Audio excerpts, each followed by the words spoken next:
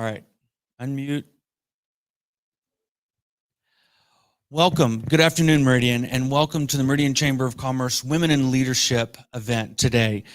Today, we're having a panel discussion on speaking up against harassment, equipping women for courageous conversations. We're going to be joined today by a great group of panelists and a great set of moderators to help us with our program today. So please sit back, enjoy the program. We wish you could all be here in person, but we understand your schedules and your times are keeping you where you have to join us online. With that, I'd also like to say thank you to Marlene Robinson, Kirsten Rasmussen, and our staff of Michelle and Susan at the Meridian Chamber of Commerce for helping us put this together. And the great committee, the Leadership Development Committee that we have that helps put programs like this together. With that, I'd like to introduce our sponsor today. Our sponsor today is Adoraxis PEO, and I would like to introduce Kaylee Rosen-Tretter as the HR Manager and Business Partner with Adoraxis PEO. Kaylee?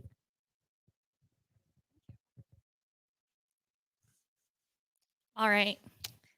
Thank you so much. And thanks everyone for joining today. I think it's fair to say that women in general not only deserve a safe work environment to come to every day, but they also deserve one in which they feel respected, valued, and truly empowered. Unfortunately, far too often, that's not always the case, and they are subject to sexual harassment at work. That's not only traumatizing for the employee, but also for their family, other employees at the business, as well as the employer. So we really want to take steps in order to create a positive work environment where employees feel safe and heard within their work environment. Which is why it's really important for events like this so that we can educate one another and we can take that education, bring it back to our organizations, train our management team, and most importantly, educate our staff so they're well educated as well as within their rights, what is acceptable and unacceptable at work. This is one area that Adoraxis PEO does partner with our clients on very heavily. They rely on our expertise and on our support within this matter. So we do a couple of things. One is we help develop policies for our clients to ensure that they are compliant, as well as having annual trainings for employees so that they are well versed on what is acceptable and what to do if they were to be witness of something that is concerning or if something were to happen to them directly. In addition to that, we also hold management training so that your management staff is also educated on their responsibility as their employer to ensure that there is a safe, happy work environment for the employees. In addition to that, of just being proactive, although even in the best cultures, things happen and things go wrong. So when that happens, we do come on site, and Adoraxis does hold in-person investigations when concerns are brought to light. We interview employees face-to-face, and we're really able to be that unbiased third party so that we can come to a conclusion with steps to move forward. But our goal is always to make sure that there's a healthy and safe work environment.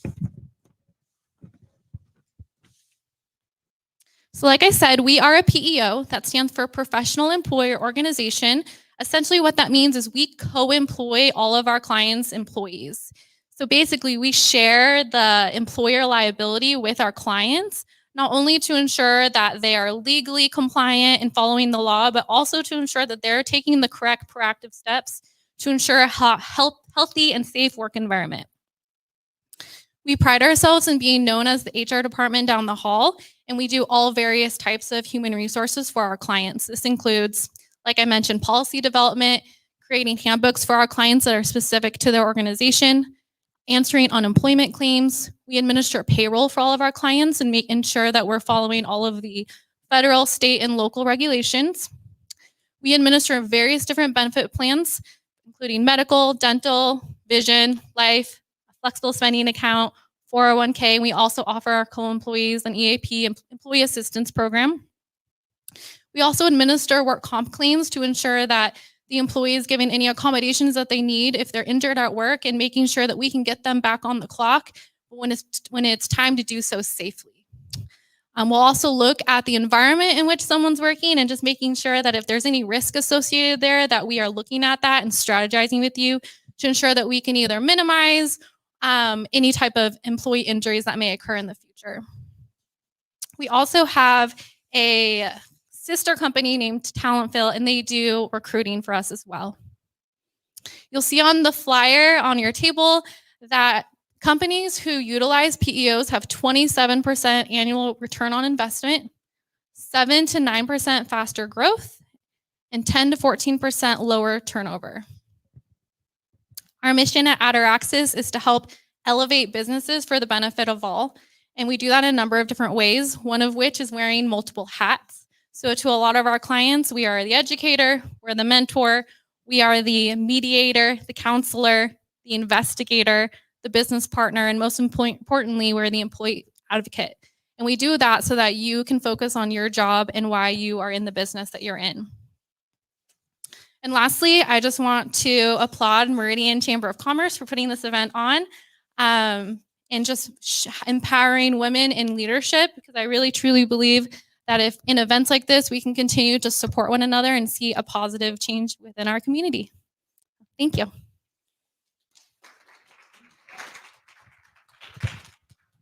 Thank you, Kaylee. I appreciate that. And we, once again, thank you for helping sponsor this event and put on these much needed programs for our community. With that, I'd like to introduce our moderators for today. They are Tracy Stone with Mass Mutual of Idaho and Ray Allen with Pepper Shock Media. They're both part of our subcommittee on women in leadership and have been helping pull together this program and other programs for about almost a year now. So thank you both for joining us, and I'm going to turn it over to you to introduce our speakers. All right, I want to thank you all for coming today, both those that have made it in person and those that are here via streaming. It's a very powerful topic for me, and I just think that the more, I think you said it great with Adoraxis, it's a great topic for us to talk about. And one thing that I want to emphasize, Ray is my co-chair on the Women in Leadership, and as Sean said, this is our third event that we have hosted. I encourage you both, or all of you, to stay tuned for some of the other things that we do throughout the year, and we have some great content that we want to be bringing, which is direct from what you have all asked for us. So we continue to do that. The outcome for our committee is really, I'm just going to say these because I think it's important for us as women to support each other. And we hope that women will have more opportunities to grow in their careers. We hope that women will recognize the chamber as a place to develop those skills and to build mentorships. We hope that women feel welcome and supported by the chamber. And we hope that women will have a safe place to talk about business. Now, that's kind of what we're doing today. This is going to be a safe place to talk about business and what happens in the business world. We really believe that crucial conversations about real life scenarios are important. It's a tough topic for women, but it can't be more relevant. I forgot my little prop, but front page of the Idaho Statesman last week was a story about harassment in our legislature. And to yesterday, there's editorials, and I read the editorials, and everyone says we have so much more to do. Now, if that isn't relevant, I don't know what is. You know, you can say zero tolerance all you want, and companies may have zero tolerance, but as we know, there still is work to be done for women in the community. Ray. So yeah, our goal is today to provide women with these tools to deal with sexual harassment, bullying, discrimination, all the things that we don't want in our workplace. And whether we're a leader, a victim, or a bystander, we want to give you the tools to take back our workplace. And our panelists today will bring their years of experience in our leadership to this discussion. We want to thank again our main sponsors, Adoraxis, PEO, for their generous support. Thank you. And we also want to thank former Mayor Tammy DeVeerd and her sponsorship, and then as well as Crave. We'll have some Crave delivery later for their hospitality during the networking portion for those of us that are in person at this event. A couple other housekeeping notes. This is a live event and being streamed live, so we hope that you silence your phones so we don't have interruptions. And we were going to hold the questions with a smaller live audience. We might, if you have something that you really want to talk about, let's raise our hand and let's answer those questions right then. I think the panelists are all nodding their head. They think this would be a good idea too. So with a microphone, so that way our audience online can hear. So make sure you have a microphone in front of you if you have a question.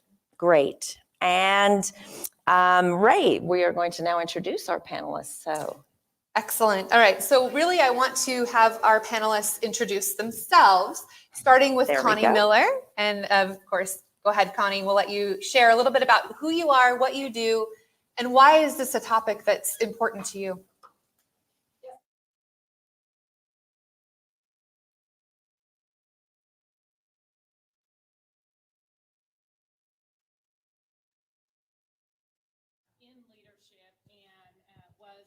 President of Icon Credit Union prior to our partnership with Horizon. So I had about 115 employees until recently. And so I've seen a lot of variety around sexual harassment, good HR practices, good culture. And so I'm just pleased to be able to share some of those personal experiences that I have today and the things that we also did to proactively prevent problems, which I think is going to be also something that we'll share.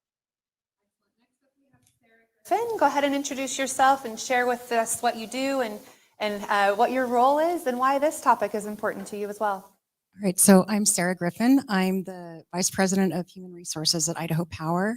I've been there for a little over 13 years. I've been in HR for over 20 years. I've always been in a role where I've engaged in investigations and, handling claims of harassment and helping create a culture where that's not tolerated. And I think culture is one of the most important things that a company can really take seriously. It drives engagement, it drives productivity, all those things. And I do think there are things that as individuals that we can do at least to help prevent behaviors from escalating. And so I'm happy to share some of that today. But thanks for doing this. This is a very important topic. I think it's, for all the Me Too and all the things that have come up, we still have a long way to go. So I look forward to the conversation. Both a legal perspective and a male perspective. Joe, come on and share a little bit about you and what you do and why this topic is important to you as well. Thank you. My name's Joe Borton. I'm the managing partner of Borton Lakey Law and Policy. We're a firm in downtown Meridian. Been practicing law here in the Valley for 24 years, and I'm also an elected Meridian City Councilman. I'm also the father of two boys, two young men, and I appreciate the opportunity to be part of the conversation, to share some of my experience. I've done a lot of employment law litigation for employers and employees on this particular topic.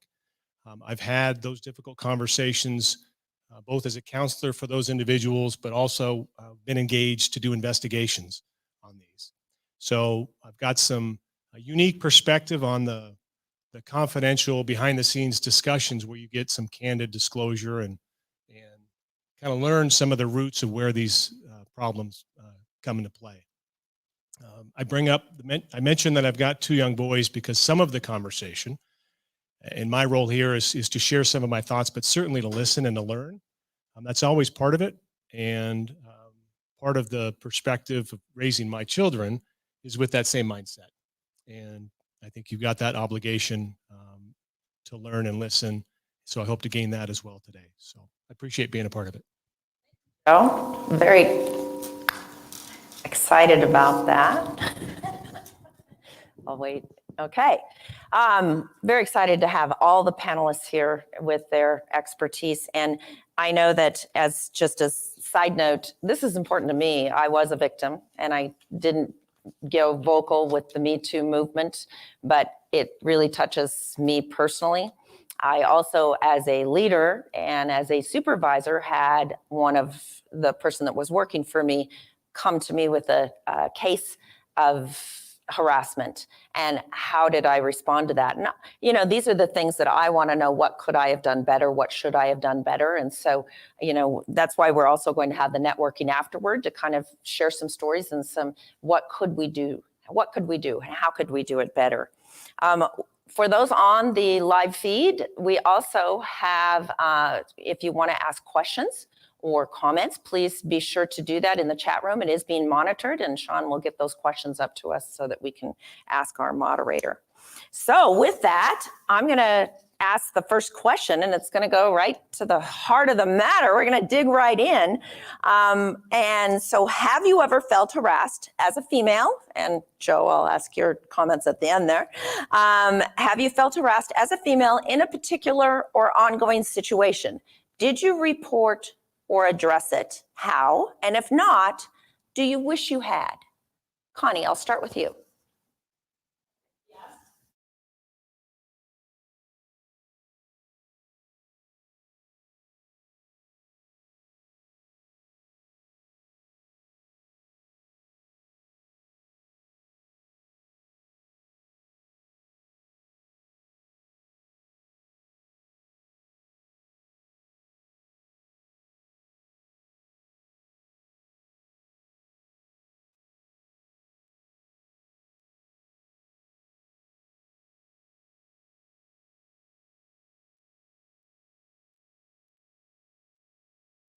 Testing. There it is. Sorry about that. But one day he was talking to me about his wife, and he had some names for her. He called her the Log. And he was a little bit negative towards her. And he said that he had a business trip coming up in 2 weeks, and the Log wasn't going to be able to go with him, and wondered if I would be willing to go with him, and he would, of course, pay my expenses. So that was the first time I'd ever had a very direct situation that I could just tell this wasn't a good situation.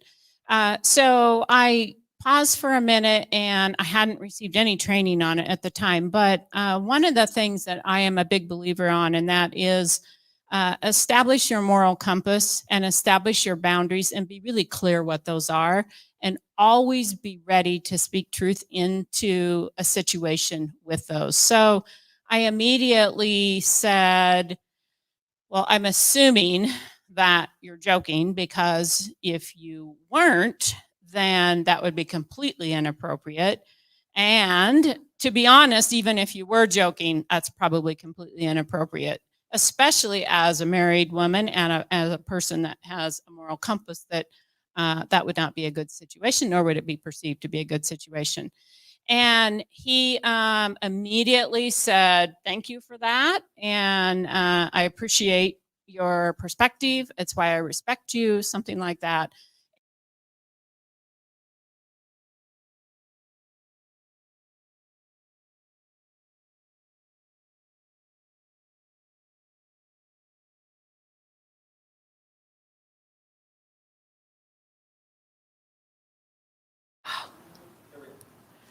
I worked with him many years after that on a professional level. I had never had another encounter. I had never seen him do anything that would bother me. So in that case, I didn't report it to anyone, but I was pretty dang proud of how I handled it. Because my heart was like, you know, how do I get out of this situation? And my office was in a tiny little cubicle back in the corner.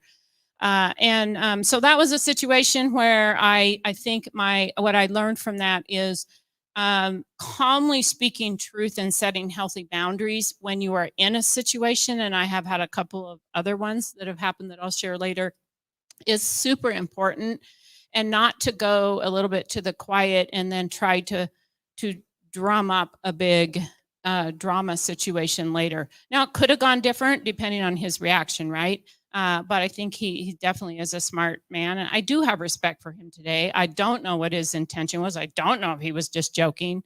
But I'm glad I don't need to find out, right? Just by setting the tone.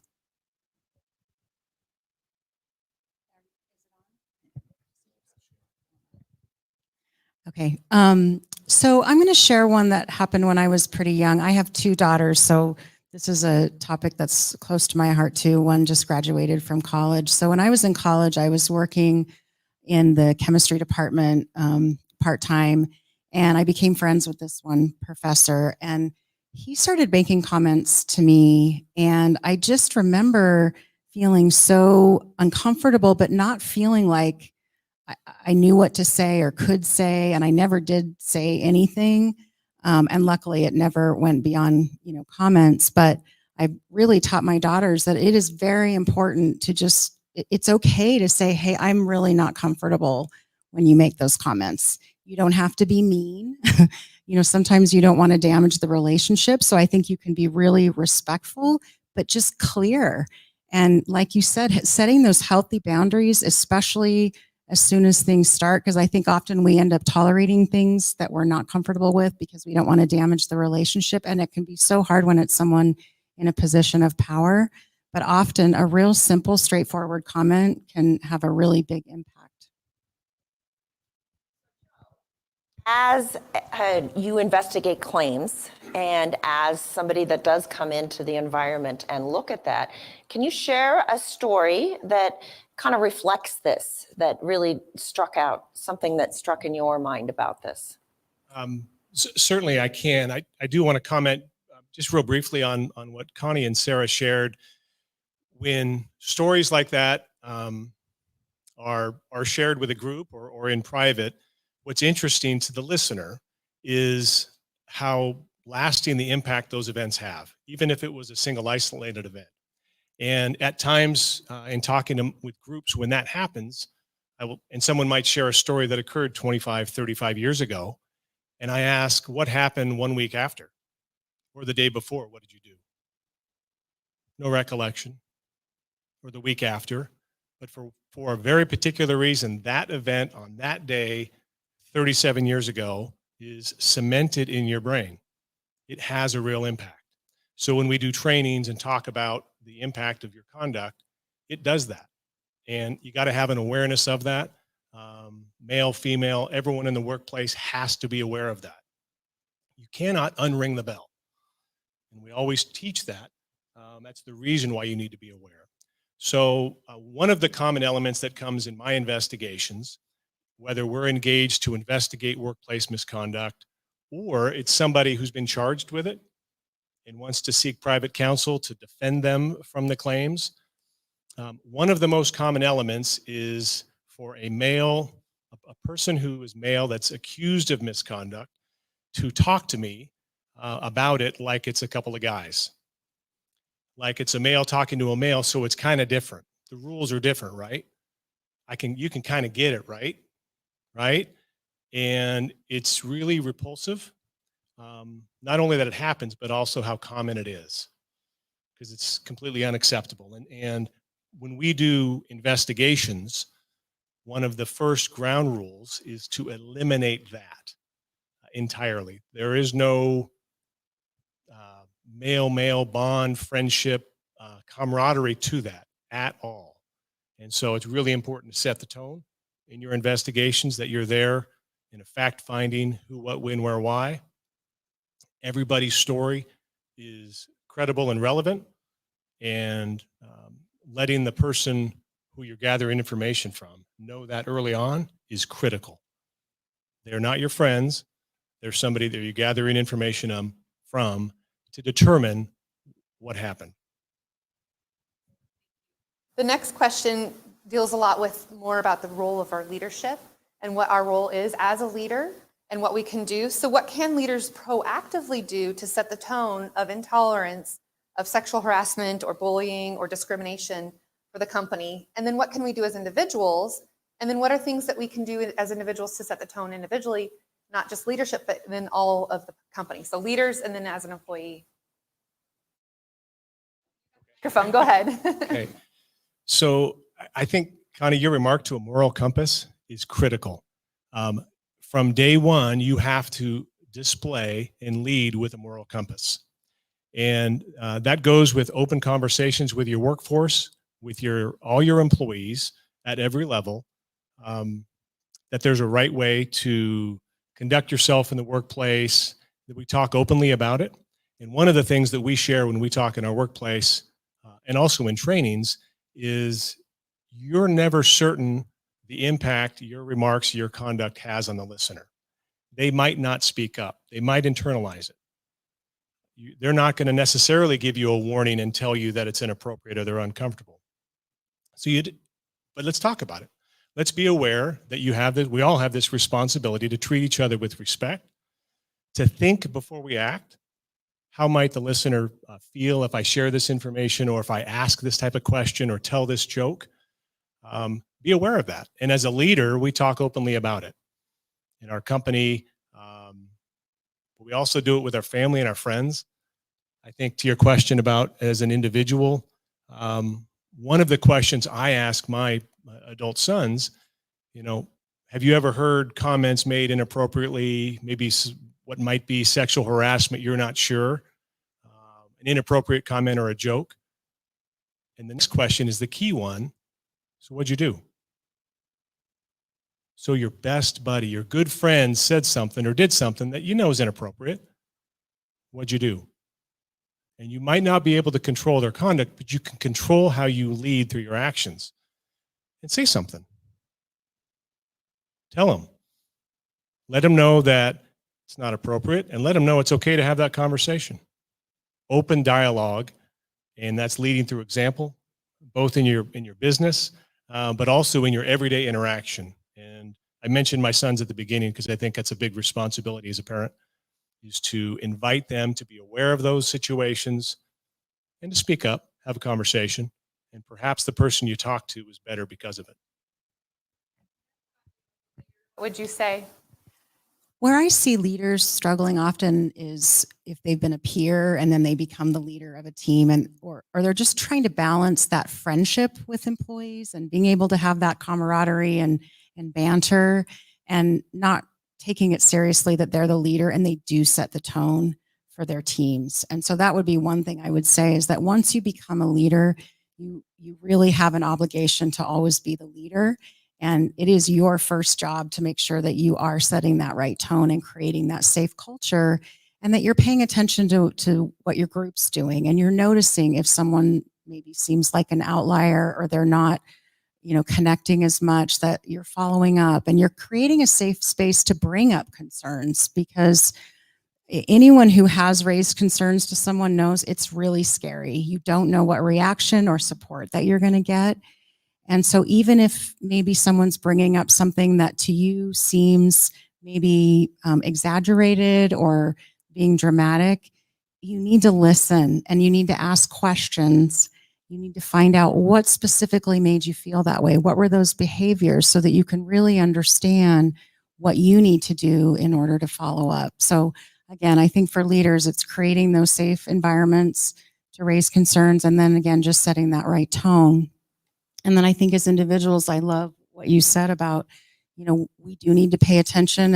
And if somebody, maybe again, you didn't experience something directly, but you witnessed something, either stop it in the moment. I'm on the board of the Wasmuth Human Rights Center, and they talk about not being a bystander, but being an upstander, that you aren't passive when you see things happen, that you step in if it's appropriate in the moment, or even follow up with the person after and have a conversation with them. And often when you're pointing out to someone that their behavior is having an impact, you're doing them a favor, because when we tolerate those behaviors, they keep going, and then they can become a bigger escalated issue, like you mentioned. So you really are, even though it can be uncomfortable, it really is beneficial to the culture of a company if you're speaking up.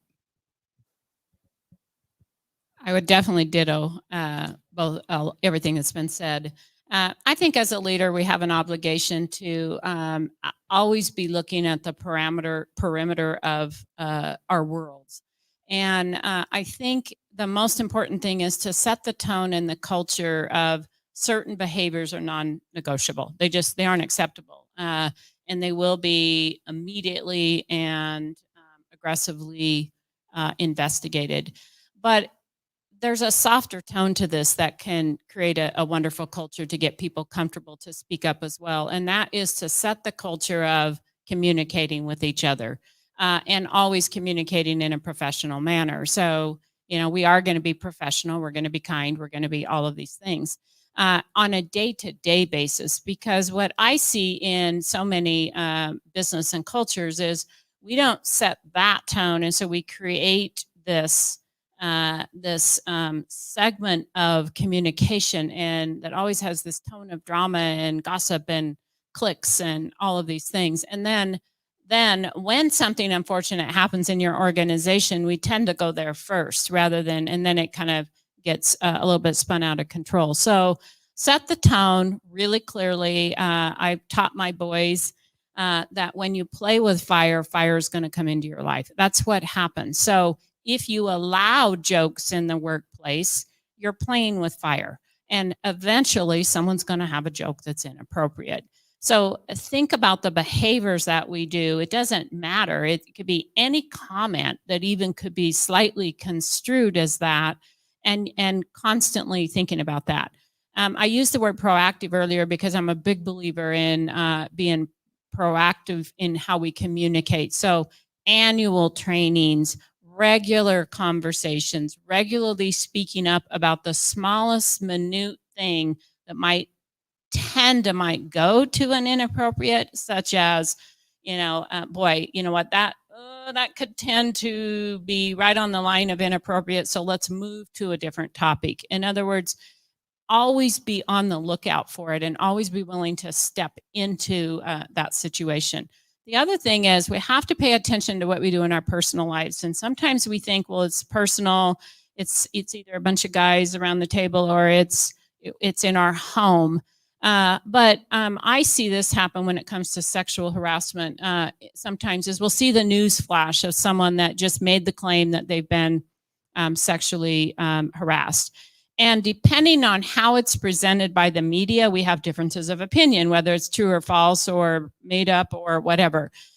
Us even making a comment about how we feel about that without all the facts can actually set a tone for someone sitting in the room with how they're going to report it. Am I going to be treated like that if something ever happens to me? And so, because I just listened to this bantering going on, and I would never want to be in that situation. So we even have to pay attention to what we say to our friends and our family around when we hear of other situations or we're processing other situations, and make sure. I'm a huge believer to always be thinking about intention. That's what I do in my life is, what do I think? I assume positive intention, but I also have a very clear line here. But also seek to understand before we jump to conclusions. And in the workplace, this is critical. We can't just jump quickly. We can be quick and observe and learn and inquire and calmly ask questions. But I think we have to stay calm and methodical about the process also. Okay, a lot of good content here, and a lot of things are actually jumping around. It's like a lot of the questions are the same in essence. Our third question was going to be, have you ever successfully had to intervene as a bystander?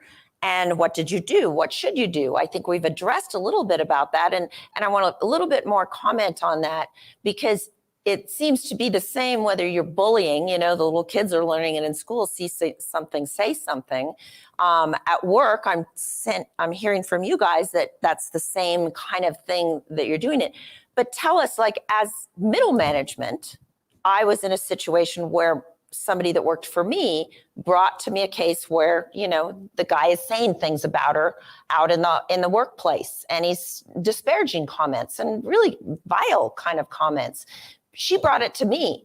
Okay, now what do I do? I mean, I took it up the chain. Do I write it down? I mean, real specific things, because, if I would have just said, well, boys will be boys and brush that off, am I not setting a precedent? So kind of maybe address what specifically maybe somebody even in middle management should do is it in writing? Is it an email? How do you start the ball rolling, I guess? That's a hard one, because this is what I'll say about these situations, and that is that every single situation comes with a different story. It comes with a different history that led up to that point. It comes with a different how I perceive that situation. It comes with how I react to the situation is very different. So each situation's so different, right? But what I will say is, I think it boils down to courage and really teaching courageous conversations and really teaching about the ability. So my go-to that's worked for me my whole career is to work with the person that may have been offended and get them to courageously speak up as much as possible. And I try to do this before situations ever happen, but teach about speaking truth into situations as soon as you're ever offended, even if it's the slightest. You need to say something on the spot. And so that's the first thing. Then I also am always teaching people that we want a safe place, because there's times when that isn't the safe thing to do. And we need to be very emotionally aware of when that isn't the best advice, right? And you can usually read that or just listen and get a good feel for that. So for mid-managers, I say the best advice is get people to address it themselves or talk through enough about just discerning how serious this is. Most often my experience is an unintentional remark. It seems to be my experience. There's always these unusual, a little more aggressive, a little more continued because someone hasn't said anything and the person hasn't set healthy boundaries. But for the most part, that's where my experience is. So I just try to coach and mentor that we need to be speaking truth into conversations. That was the best advice I could give in the mid-management. So I agree that every situation is different. I think a lot depends on the type of organization that you're in. You know, certainly if you get a complaint brought to you and you're able to take that to human resources or to a PEO organization where you can get some support with that. But if you don't have that resource, I think certainly trying to get the person, if they're comfortable saying something, but often again, it can be really uncomfortable and scary, and you don't want to put it all on the person if they're not comfortable doing that. So I think following up, asking, did anyone else see this behavior? See if you can, again, you want to get as many facts as possible. And so talk to other individuals who may have witnessed this, ask for their support in helping this behavior not continue, and then bringing that forward to the person and setting that boundary of this won't be tolerated. You need to stop talking about this person and just really shut it down as best you can. For you, from a legal perspective, what can supervisors or leaders do when this situation is encountered? What kind of investigation happens?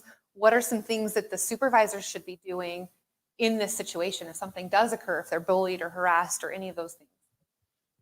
It's a great question, and it's an even better question to ask to a company before the situation arises.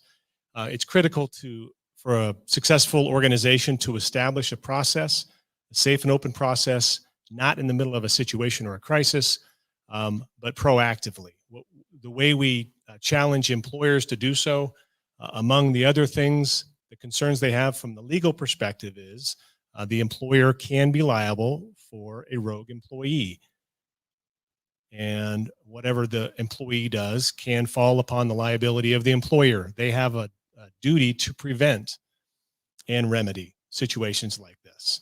So it's incumbent upon every organization to proactively establish rules that allow a safe and open opportunity to share these concerns and to train to them.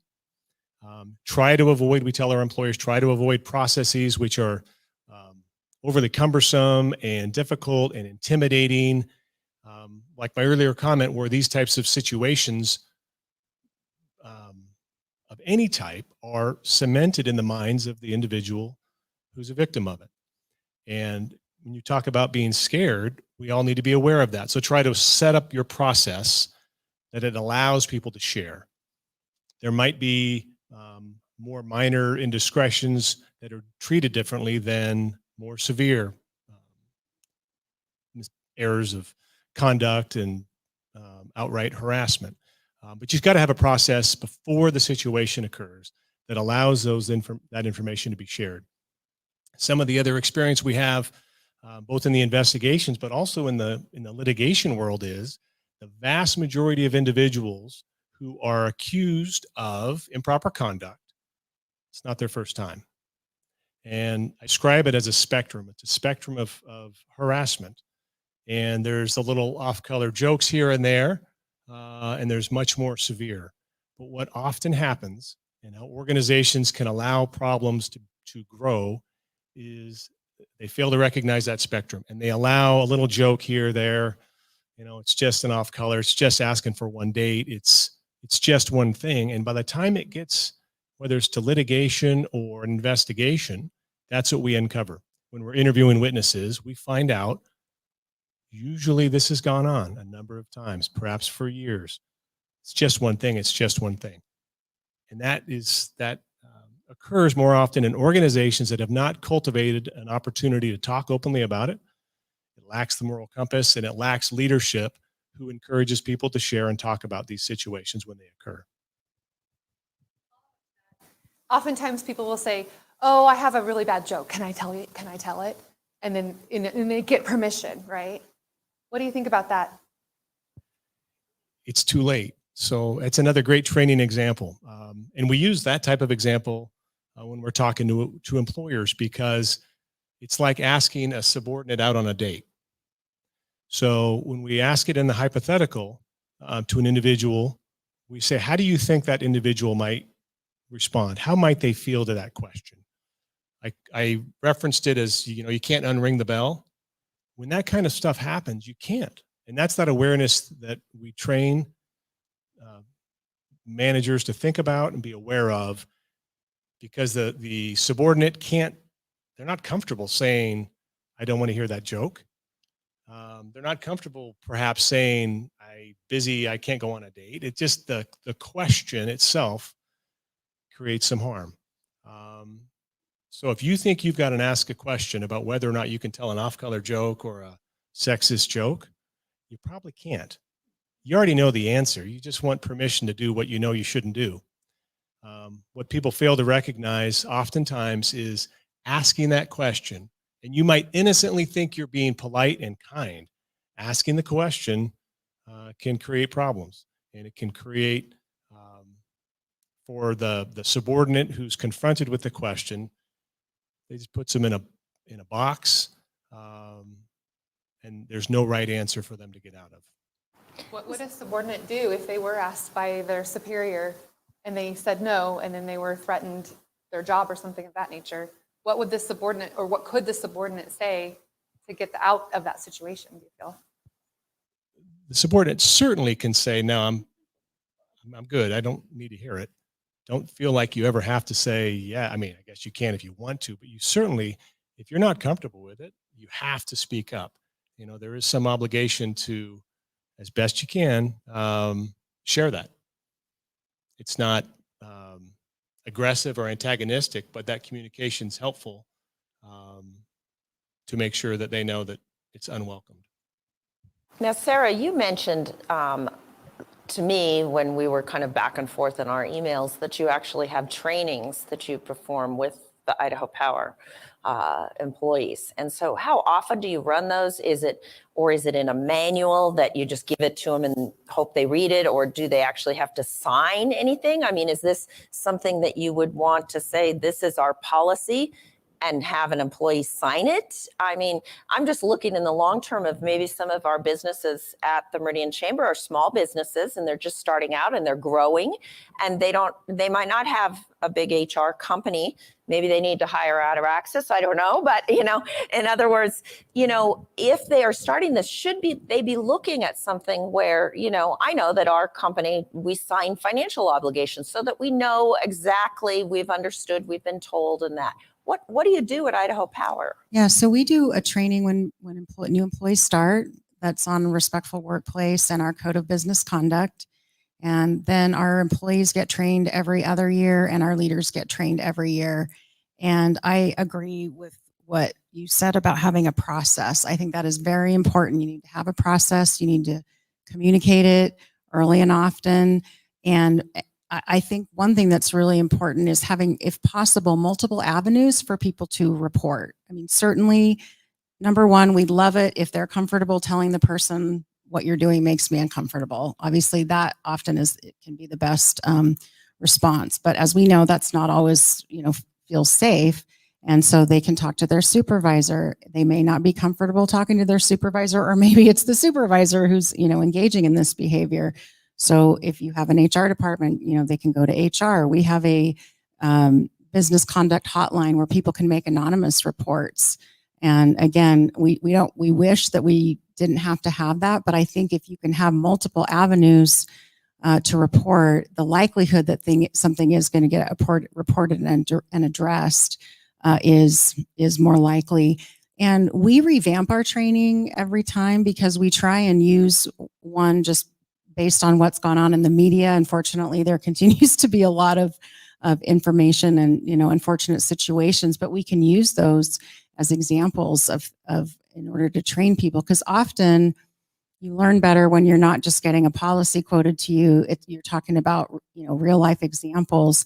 And then sometimes we use even examples of situations that have happened at the company. Obviously, we change the details a little bit, but again, just trying to make it real and relevant and help people understand the impact that these situations can have on people, and that you might think you're just, being funny or trying to be fun, but it really can have that negative impact. And we talk about the difference between impact and intent. And just because your intent was to be funny, the impact could be really negative on the person. And that's what really matters. It's that impact. So I think training is incredibly important. A process is important. And then again, creating that safe environment so people feel comfortable bringing their concerns forward.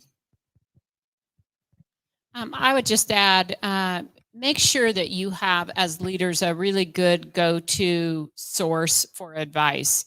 I had a situation many years ago where someone came and filed a complaint that this gentleman was harassing her. And we had a PEO that we went to, and that was my first go-to, is what do I do in this situation to make sure, because it is a liability to the company if you mishandle this.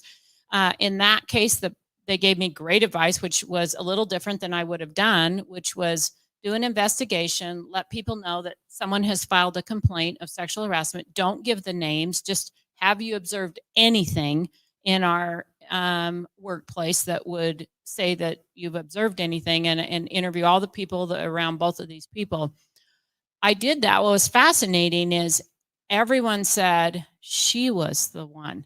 So yeah, she sits on my desk. She makes me feel really uncomfortable. She walks by and massages my back. So that investigation, I had 6 people say she was the one that was harassing, when in fact she was the one filing the complaint.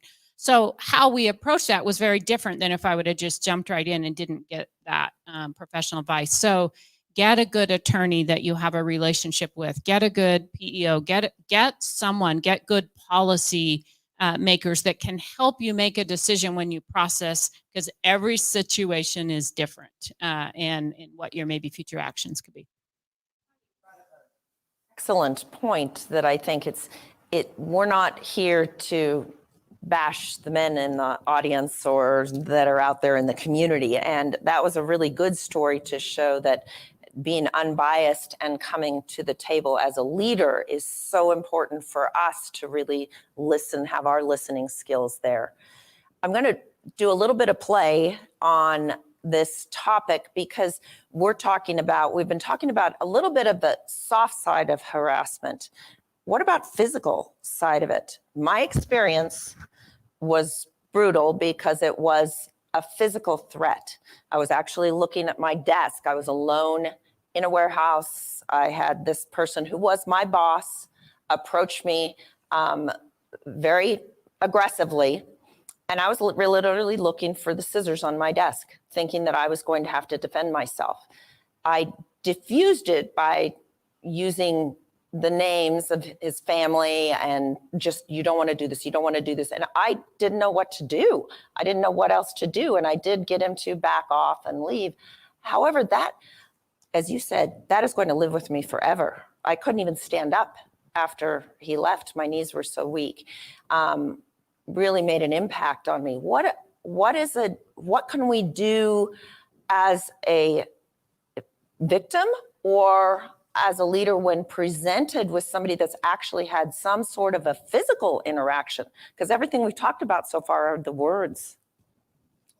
I'm not going to talk too much of this because I haven't had that experience, but what I will say, just I'm thinking of myself as a leader, that would be my top priority, is to get the workplace safe, then go in and do the investigation. I would be pretty aggressive in that situation as a leader to make sure that everyone felt safe, and then discover what's going on. So I don't really have a personal experience with that situation in the workplace. So The main thing I would say is that, again, be aggressive in following up on it and put the person on leave. I mean, you were a tough situation because it's the boss. So, probably that's when you just say, I'm done. I can't work here anymore. But we are often putting the person on leave during the investigation, so that, because how uncomfortable, right? If the people are having to work together and the victim is having to interact with the person. So we put them on paid leave so that they're not losing anything, but until we know what all the facts are. But boy, that's a really tough situation that, if you're an employer, you have to be very aggressive in addressing. Bluntly, you fire them. Oftentimes when we talk to the employer, we talk about hiring slow and firing fast. And when you get to the level of a physical assault in the workplace, there is leave and investigation, certainly. But what we talk to companies about is, does it matter how long that employee was there? Or are sales pretty good? Who cares? You have to resist the temptation to find some way to minimize it and put it in a box and not address it. And he's been here. I've done one recently where the gentleman had been there for over 30 years, which should be completely irrelevant. When you get conduct like that, so you got to feel comfortable letting the employers know. To the comment of a moral compass, you investigate it. If it's confirmed, don't be afraid to fire. You're done. You don't work here. You can do what you do somewhere else, but it's not part of our culture and our company. And if you want to sue, by all means sue, and we'll talk about what you did. So the employers need to have some courage. The fear of litigation can hamper their ability to take action. But when it rises to that level, you fire them. Find out the facts and you fire them, period. Online, Connie, go ahead, comment. just one additional comment that we haven't talked about, and in so many of these, I do this, is it doesn't matter how light it seems, documentation is critical.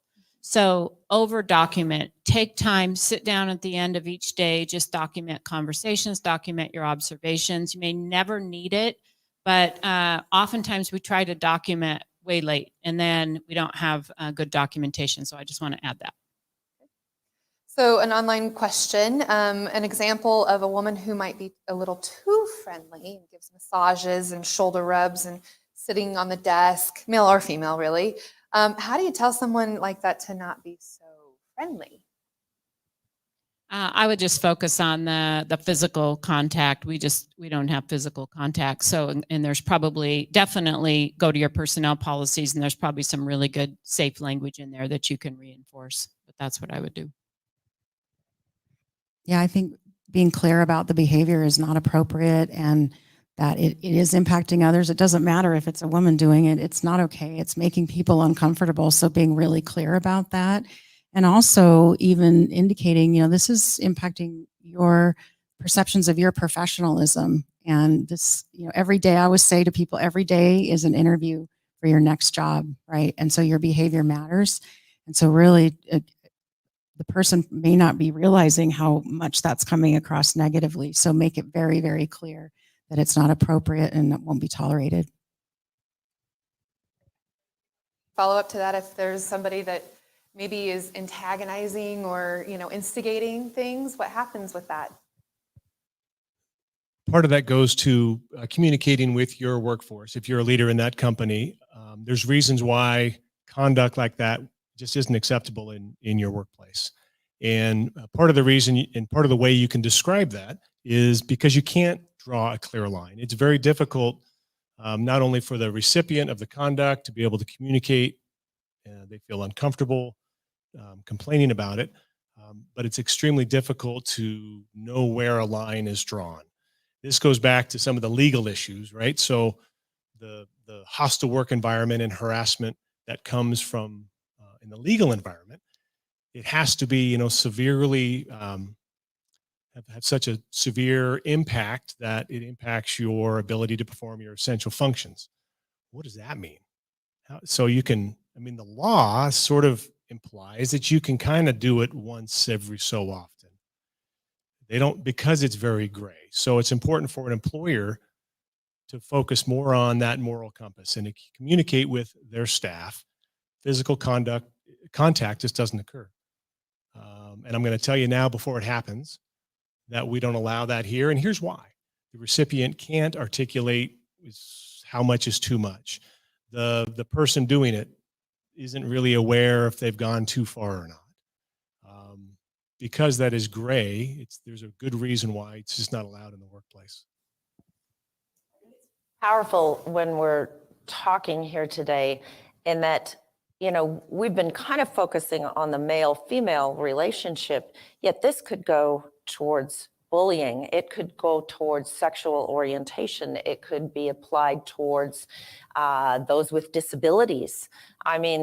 We have all seen these instances and heard these cases where there has been, some sort of discrimination for being different. And, whether you're a female or you're disabled or your religion or race, whatever it might be, I think all of these things are addressed through that same kind of see something, say something, speak up. And so I think it's really important just bringing all these things up for people to really recognize that we are all different and we should embrace those differences and yet also protect those differences in the workplace. I'm going to ask a question. As I know, Connie, we had talked about this before one time, leading up, becoming a leader when you were a peer, and I think you even mentioned this too, Sarah. It's one thing to step into a leadership role when you don't know the people, but stepping up as a female, when all of a sudden now you're in charge of the group, what tips can you do for our young women in the community as they're moving forward? So I remember distinctly in my interview for the CEO interview, there was a gentleman on the interview team that asked, he said, and he was probably 70, successful businessman in town. And he said, don't you, I'm just really struggling imagining having a female in this role. And he said, don't you think it's really, really hard for females to supervise men? And it caught me off guard for a minute, and I just said, supervising people as a CEO is going to be hard for anybody, whether they're male or female, right?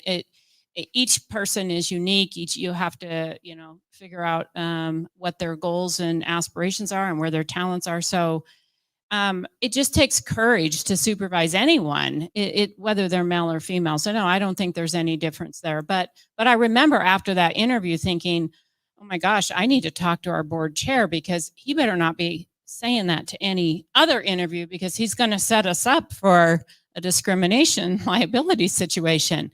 And so I had this conversation with our board chair about how inappropriate that was. And she had already picked up on it and had a conversation. But so what I will say so I'm in a very male dominated industry, right?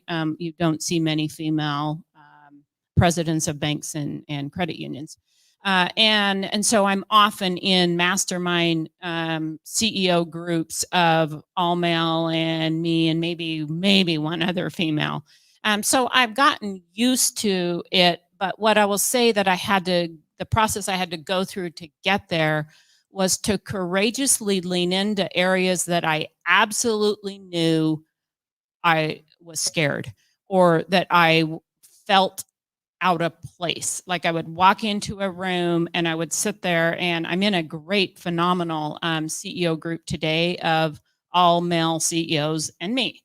And I've never once felt like a female in that group, because I courageously lean in, and I don't let it talk me out of saying yes. And this is what I see that females do often is they go to say yes, and then they think about the things that they're not going to be perfect at, or that are going to be uncomfortable, or that someone might think of them, and then they back away. And instead of leaning in and just saying yes and then figuring it out, which I've done sometimes, it's like, okay, I've got some research to do to step into this particular situation. So, and an example of that is I'll never forget when I became CEO, and we planned this very first all-day staff retreat that was awesome. And I was so excited. We had these speakers coming in, and it was like, yes, this is going to be good. And I think we had maybe 50 employees at the time. And I'll never forget, because I was walking in, I'd been CEO for a couple months into this meeting, and it hit me in the parking lot that, oh my gosh, I have to stand up and speak in front of all these people. I need to like do public speaking. They're going to expect I'm the CEO. I'm got to get, just do it. Just however you do it, figure it out, do it. Rather than talking yourself out of it and trying to push someone else up there to do it in your place and things like that. So that's what I see. So I think just courageously lean in. I try to I appreciate my feminine traits. I appreciate greatly that I'm a female, but I forget I'm a female sometimes, and it's not about that. It's about doing the job right, figuring out how to do the job correctly, and learning and growing and gaining your talent. That's what it's about. So sometimes we almost have to forget that a little bit, not a lot, but a little bit to make progress and move forward. I would say if you go from a peer to a leader, because I've been in that situation a couple of times, and I've just acknowledged it with the group. You know, this might feel kind of uncomfortable for both of us now that I'm your leader, but I'm here to support you, and I value what you bring to the table. And often just acknowledging that up front can be helpful. And the other thing I would say is that, you know, as a leader, you don't have to have all the answers. It's okay if you're not the expert on everything. That's what you have your team for. Your role is to help guide them and enable them to succeed. And that doesn't mean you doing it all for them or figuring it out. You're enabling them to do that. And the other advice I would have, and it's a little bit similar to what you were saying, is that use your voice. Don't talk yourself out of speaking up. I have sat in so many rooms early in my career when I had something to say, and I said, you know what, they already know the answer to that question, or I'm going to sound dumb. And what I learned over time, I was very fortunate to have a boss that said to me, you need to use your voice. Your questions are good. Your observations are good. And it took some courage to start really doing that. But what I learned is that people didn't have all the answers. Sometimes people were grateful someone had the courage to ask the question that might have been sounding like the most simple thing. I mean, how many times have you been in a meeting when someone finally says, what problem are we actually trying to solve? Or what, you know, and no one wants to say it because they might look stupid, but honestly, that can be the most powerful thing of just, you know, sharing, hey, I'm not sure we're all on the same page here, or this doesn't make sense to me. Can we talk about it more? So if you're feeling that little itch inside and you want to say something, I would say, go ahead and speak up, because that has really served me in my career, but it took some time to get, you know, comfortable in doing it. And it, you know, just don't worry about looking stupid, because I've learned that I would rather leave a room knowing I spoke up, even if maybe I did look stupid, but it's okay. I have one more question from online, and then we'll open it up to our audience here as well. Make sure you have a microphone before you ask your question. But do any of our presenters recommend any books on this topic, or maybe some resources for those entering supervisory roles in the workplace?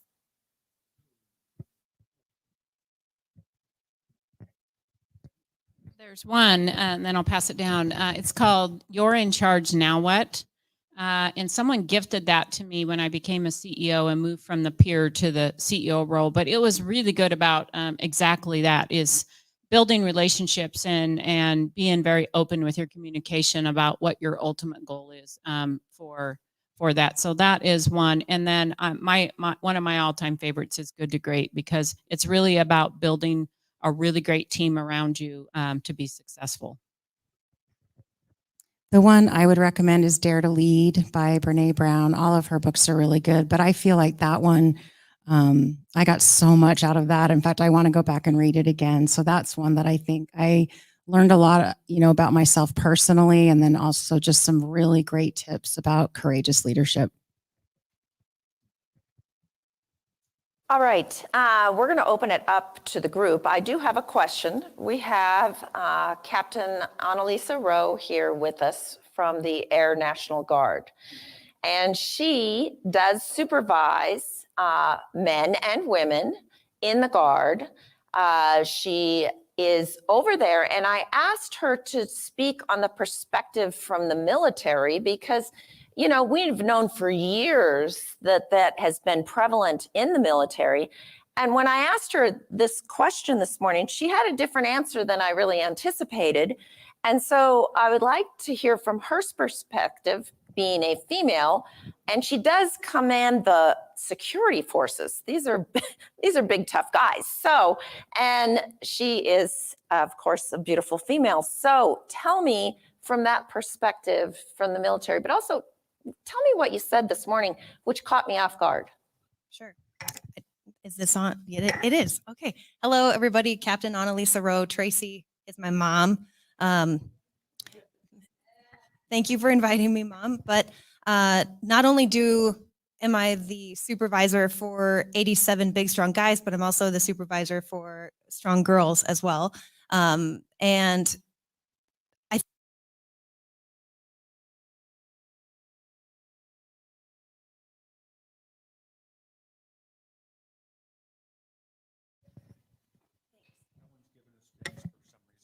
you. I was going to say I could just stay up there if you want, but so it's been very widely publicized that there's sexual assault, sexual harassment in the military. It's a very common public thing that tends to be talked about a lot. It's very publicized. It seems like any time that something big happens, for instance, the assault cases that happened at Fort Hood in the last couple years, very widely publicized. But when my mom asked me, she said, "Can you tell me why you think it's so prevalent in the military?" And I said, "Mom, that's a funny question. I don't actually know if it's more prevalent in the military, but it's just more widely advertised that it happens, which I actually think is a good thing. Not that it happens, but that it's very widely discussed. Do have, as the panel mentioned, we have a zero tolerance policy, but it also it's a very public thing when people are harassed and discriminated against and assaulted in the military. And I really appreciate that about the military, that they are very forthcoming with what happens. They are very honest about it. People are often put in the spotlight when things go wrong. And the leadership specifically is definitely held to the chopping block if things don't go the right way. And it's interesting being in the military. We have uniforms, right? So we don't necessarily, there's not maybe that temptation or that distraction in the military because we kind of all look the same when we go to work, and we don't look very attractive. So that's one thing that does help a little bit. Not that I'm saying, I'm sure you're all aware of, there's a Denim Day campaign where a woman in Italy wore denim and was assaulted because she was, well, not because she was in denim, but the person who assaulted her said, well, it's her fault that she wore such tight jeans. And then it was proved in her court case, there was a circumstance where they said that she had to have consented to being raped because her jeans were so tight that she had to have helped take them off. There's now a Denim Day campaign to raise awareness that, like, your outfit should not determine whether or not you are assaulted or harassed. But that was just one example that was prevalent. The other thing that I did want to touch on is that we've talked a lot about how often females are victims. Connie, you mentioned how women can harass people too. In the military, we see it all across the board. We see it that Males are victims, females are victims. Males can be victims of males or females. I personally know a male who was a victim of harassment by another female. But myself, having a civilian background, I worked in healthcare for a while before joining the military. And as a waitress, I've been harassed in every single workplace that I've ever been in. And the biggest thing is using your voice to speak up about it. I had a very specific example where I was a bystander as a leader in our organization, and I had to reach out and stop a harassment that was going on. That person, not only they did stop their initial behavior, but they were so offended that I brought it up that I was then harassed in my workplace because of it. That person no longer works with us. So not only did I speak up against what they were doing to the other person, but then I had to speak up for myself. I think that the biggest thing, I was writing down some answers too, just from the military perspective. If you have a POC who you can talk to, a point of contact, sorry, I'm sure people use the term POC too, but military acronyms, I try not to use so many of them. A couple things that I think that the military does very well. We have annual training. We have a sexual assault prevention and response coordinator who conducts annual training for us. I actually had to ask her, I said, how many times do we get this training? And she said it's annually. It seemed like it was a lot more than that to me because it's such a frequent topic of conversation. But I think that the awareness on this is very helpful. We also have people in our human resources department. We have chaplains who people can go to. We have our security forces team like us. If any of those people receives a report of a harassment or assault, they know exactly who to take it to, which is our SAPR, our sexual assault prevention response coordinator. We also, the other thing that I was going to mention that you had asked, if something like this happens in the workplace where it's a violent assault, we have ways, we call it an insider threat. That's a person who could cause harm or risk to our organization. And so we pull their security clearance. I'm actually the person who does that. I take a lot of pride when I get to do that for people who do bad things. We remove them for the workplace. We conduct an investigation, but we can also bar them from the base. It's a very big thing. And so having a POC for things like that, having someone that you can talk to so you're not bearing the burden of this case on yourself as well, I think is also very helpful. But Mom, you asked a great question. Thank you. I hope I answered it. It's fascinating. I think that might be something from a business point of view is having I like that idea of a POC, person of contact, point of contact. Being able to have that safe person to go to. I do like that idea. And it just, her perspective that it's happening everywhere. It's not just the military. We just hear about it in the military more. It's, it's the whale, the shark bites, everybody says, oh, they're just increasing in number. Well, no, it's just because they're being reported more. So maybe I kind of agree with Annalisa. I don't think it's happening any more frequently in the military than in the corporate world. I think it's just that it's more acceptable to speak out in the military because people have been trained in it more. So great question. Do we have another question? Comment? Yes. Connie has a comment for us. Mm-hmm. Additional comment that we haven't talked about that's very important is we as leaders owe it to our employees to protect them from our customers as well. And we haven't talked about that. But, we have a very strict protocol with how our customers behave, for example, with our tellers and our loan officers and even call center agents. And so I think that is something else that comes from the top. You have to set that precedence. They have to know that you're going to be there to help and protect them, and they have to feel comfortable bringing it up as well. So that's something else just to keep in mind if you serve the public. I mean, there is the thought also, and I think about it in a hospital setting where they have, and I can't remember which one it is, code gray, I think, means that there is a violent person in, and then they'll identify the station.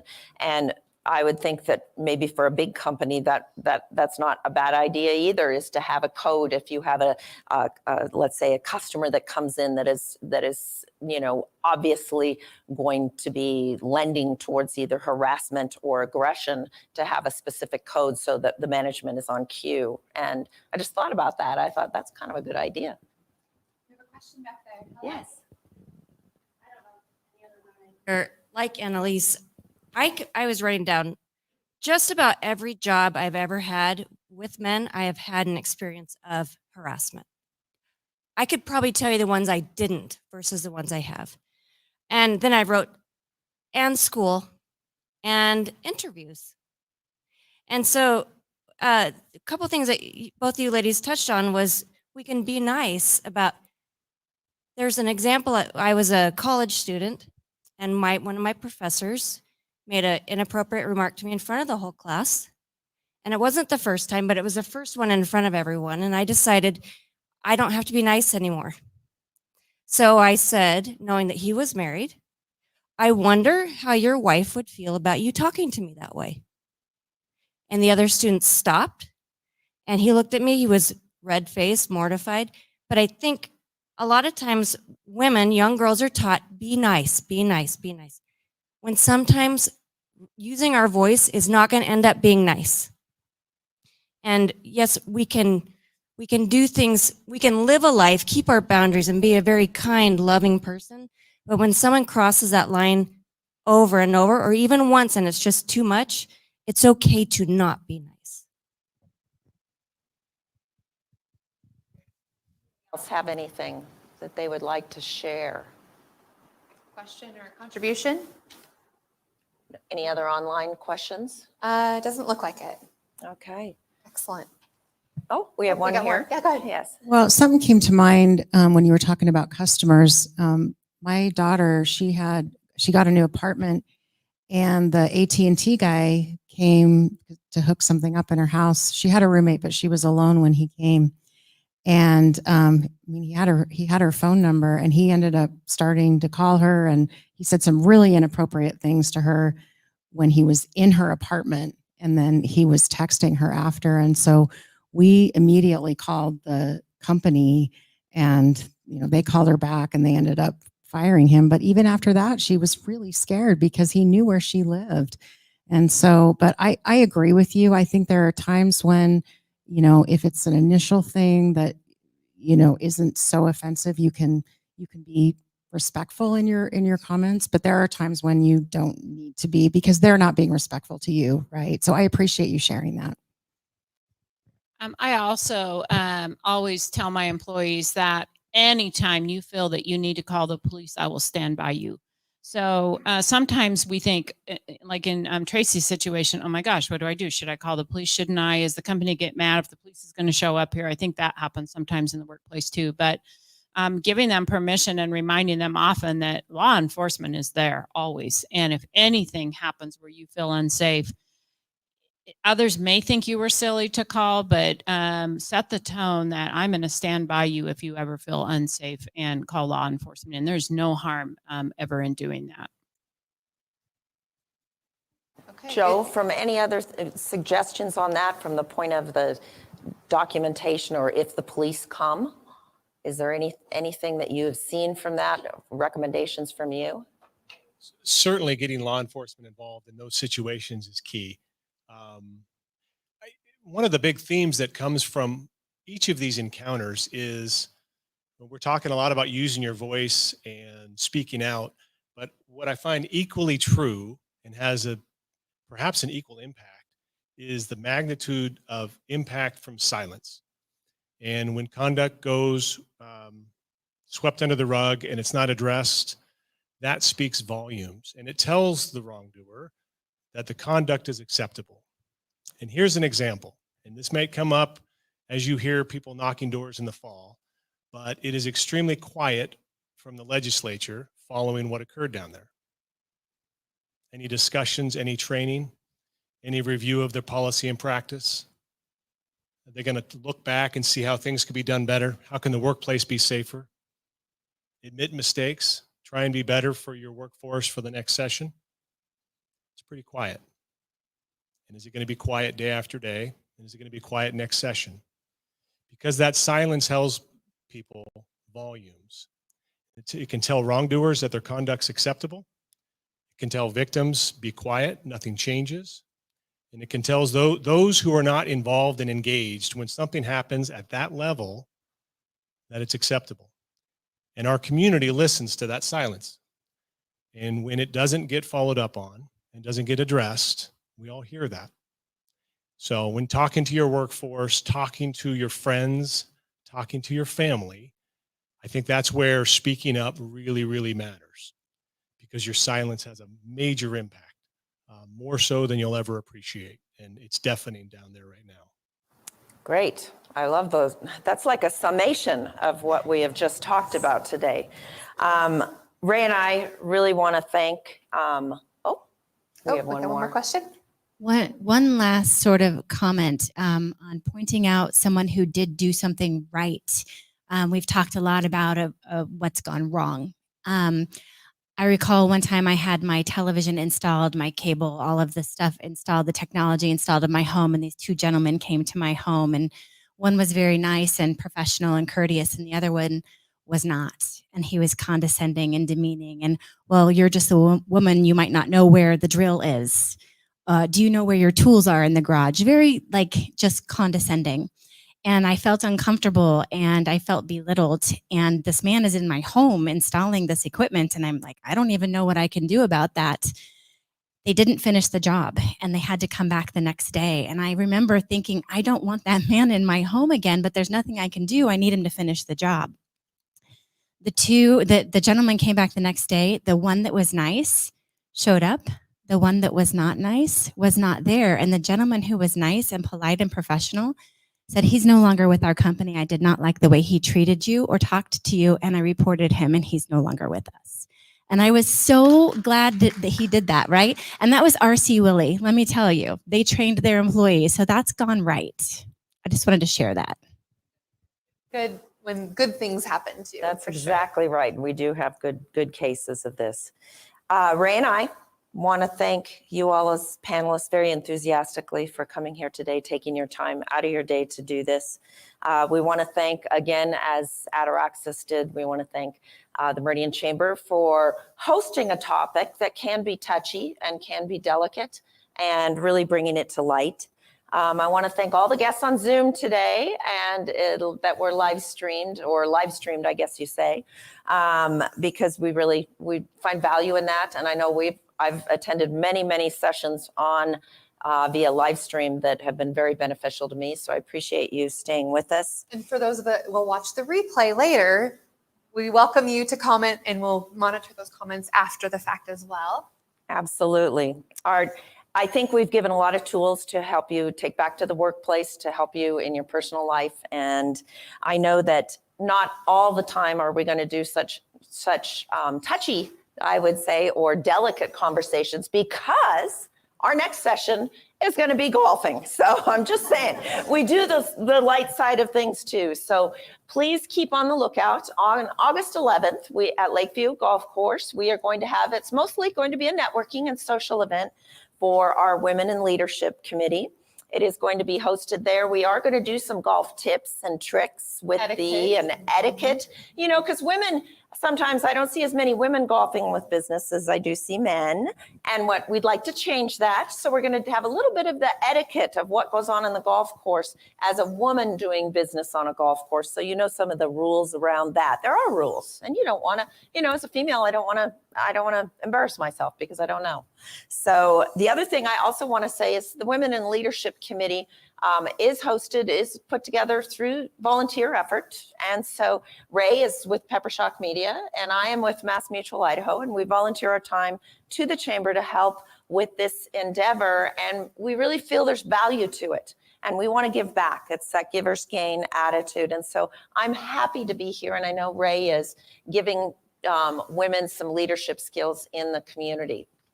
Excellent. I know there's a lot of things I have to say no to, but this was not one of them. Tracy bent my arm and said, you have to do this. So, yes. And I'm happy to be here and happy to do this as well. I also want to, again, thank our Adoraxis sponsor and former Mayor Tammy DeVeard. And I think we all might be come on up. We're just going to give Crave a little moment to just share a little bit the appetizers that we will get to enjoy for those of us who are here. For those of you online, you definitely want to hear a little bit about Crave and Crave Delivery. So Andrew's here to share with us. So I'm Andrea. I'm with Crave Delivery. If you haven't heard about us, we're a new local Boise startup, and we're located here in Meridian. And so we have gathered 16 award-winning restaurants, all from across the country. They all are housed at our collective here in Meridian, and they're all cooking their signature dishes for delivery to offices, homes, events, and everything in between. So here behind is a couple highlighting a couple of our restaurants, are kind of our most popular. So one of them is Lemon Tree Co., which maybe many of you are familiar with, Jason Parra downtown. So he's with us. We also have Rock House Sliders, which is from Los Angeles. They do incredible sliders. Merite Bake Shop, which is a brainchild of Lincoln Carson and one of our owners. We have desserts. And we also have another local partner that's about to start with us on Friday called Twisted Sugar. And they do some really incredible sugar cookies. So Home who are watching at home, order delivery from Crave. yeah. So how you order. So ordering, I guess the value of what Crave really is we're a collective of 16 different types of cuisine. So you can order online, you can order on an app, and you can mix and match so everybody gets kind of what they're craving. It's really incredible if you want sushi and your partner wants pizza and your kids need French fries. That all comes together in one order and it's delivered to your door. Well, thank you, Andrea. Thank you, Crave, for sponsoring the appetizers. And so those of you who are watching online, we'll let you go so that you can go order Crave home delivery. And then we'll adjourn to have our appetizers from Crave and some beverages back there. So thank you so much for joining us, and to be continued networking. Yes, thank you for all the crucial conversations today. Thanks. All right. Yay.